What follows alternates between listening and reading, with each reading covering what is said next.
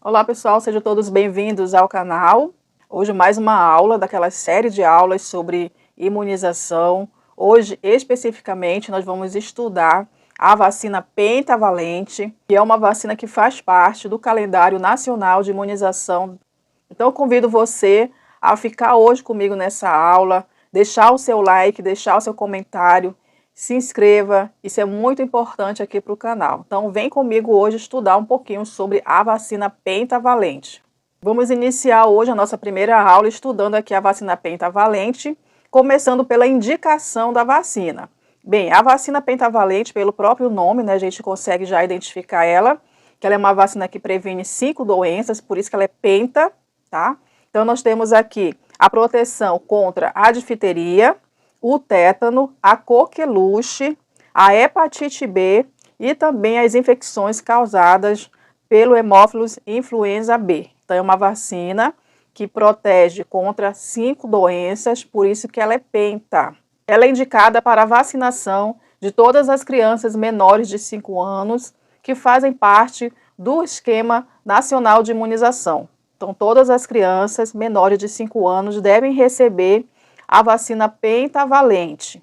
Em relação à composição, né, quais são os elementos que compõem a vacina pentavalente? Então, como ela é uma vacina que previne 5 doenças, então a gente tem aqui a combinação, né, dos toxoides purificados da difteria e também do tétano, contém a suspensão celular inativada da Bordetella pertussis, que são as células inteiras aqui, né, da coqueluche. Tem os antígenos de superfície da hepatite B recombinante e os oligosacarídeos conjugados do Haemophilus influenza B, que causam meningite. Em relação ao adjuvante, né, que faz parte também dessa vacina. Então, ela contém o fosfato de alumínio e como conservante, ela contém o tiomersal. Como que a vacina pentavalente se apresenta? A vacina adsorvida, né, da difteria, do tétano, do pertussis, da hepatite B e do Haemophilus influenza B se apresenta sob a forma líquida, em frasco multidoses ou em frascos também com uma única dose. Pontuar agora as contraindicações. Lembrando que quando eu tenho uma contraindicação, é porque o risco é maior do que o benefício. Então, todas as vacinas têm as suas contraindicações. Então, vamos citar aqui algumas contraindicações para a não administração da vacina pentavalente. Então, a primeira contraindicação é a situação de crianças que apresentaram convulsões nas primeiras 72 horas após a administração da vacina, né, da dose inicial. Se a criança apresentou convulsões após 72 horas da administração da primeira dose da vacina pentavalente, a indicação aqui é não vacinar a dose subsequente. Então, está contraindicada vacinar as doses subsequentes da vacina pentavalente.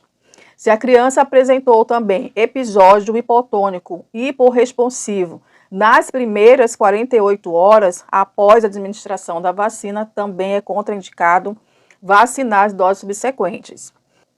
Casos de encefalopatia aguda grave, depois de 7 dias após a administração da dose anterior da vacina, também é contraindicado. História de choque anafilático após a administração de dose anterior da vacina, normalmente, né, após 2 horas, para ser considerado aqui, né, choque anafilático, também é contraindicado fazer as doses posteriores. E está contraindicado também, né, crianças a partir de 7 anos de idade não pode receber a vacina da pentavalente. Se caso ocorrer alguma dessas situações que foram citadas aqui na contraindicação, a orientação do Programa Nacional de Imunização é que esse usuário seja encaminhado aos centros de referência para imunobiológicos especiais ou busque orientação no CRI para saber quais vacinas a criança pode receber a partir do momento em que ela apresenta essas contraindicações. Vamos então falar um pouquinho sobre a idade e o esquema da vacina pentavalente. É uma vacina de 3 doses, são 3 doses com intervalo de 60 dias entre cada uma dose. O mínimo de intervalo que a gente pode fazer são 30 dias, isso vai depender da idade em que a criança chega na unidade de saúde. Se são 3 doses iniciais com a pentavalente, a criança ela vai fazer reforço aqui com a outra vacina, que é a tríplice bacteriana, que é a DTP. Então, a primeira dose da penta, ela vai ser preterivelmente aplicada na idade de 2 meses. Então, essa idade é a idade preconizada pelo Programa Nacional de Imunização.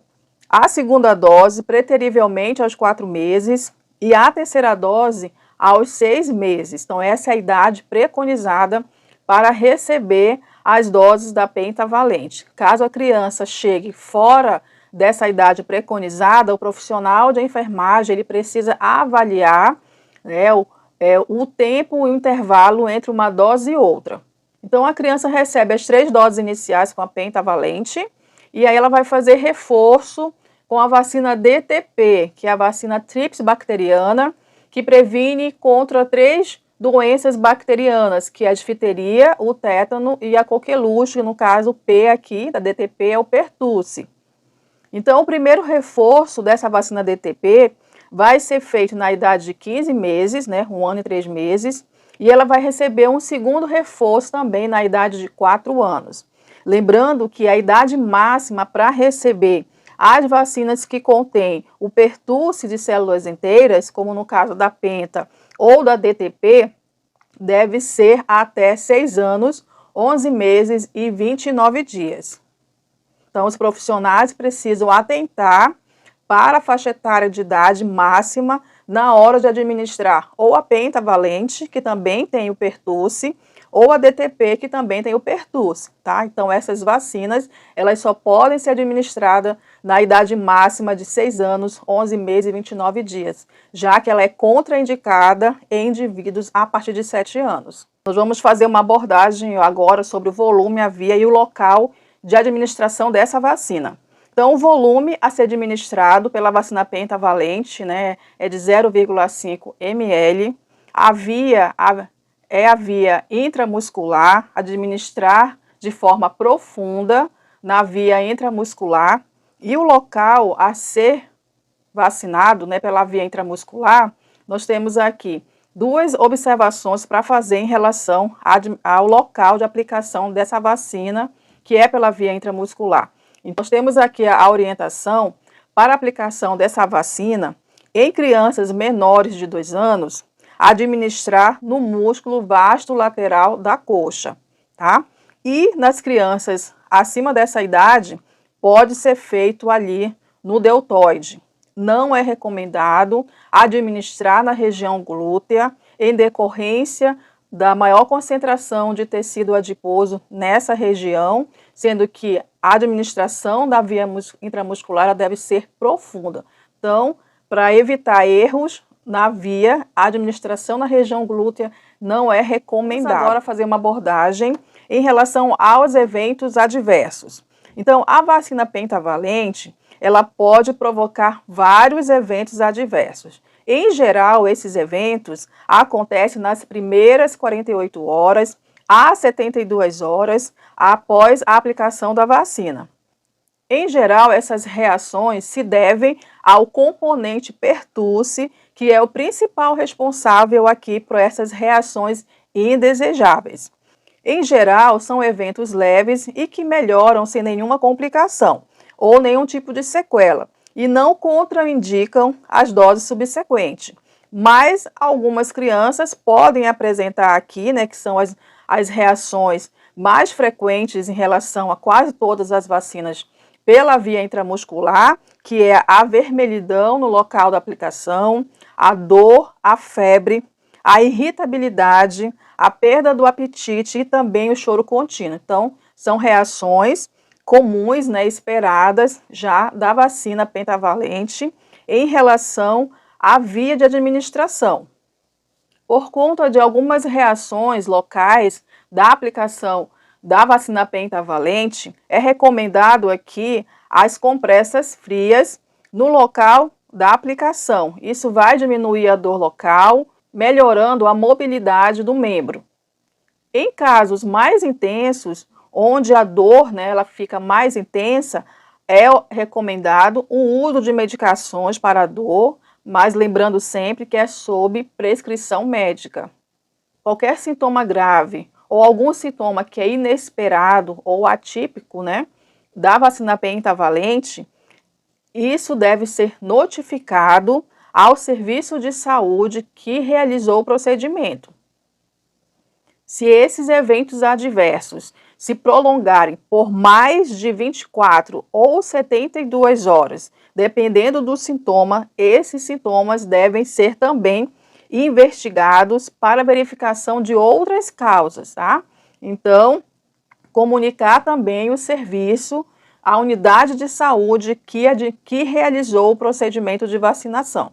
Quais são as precauções gerais em relação à vacina pentavalente?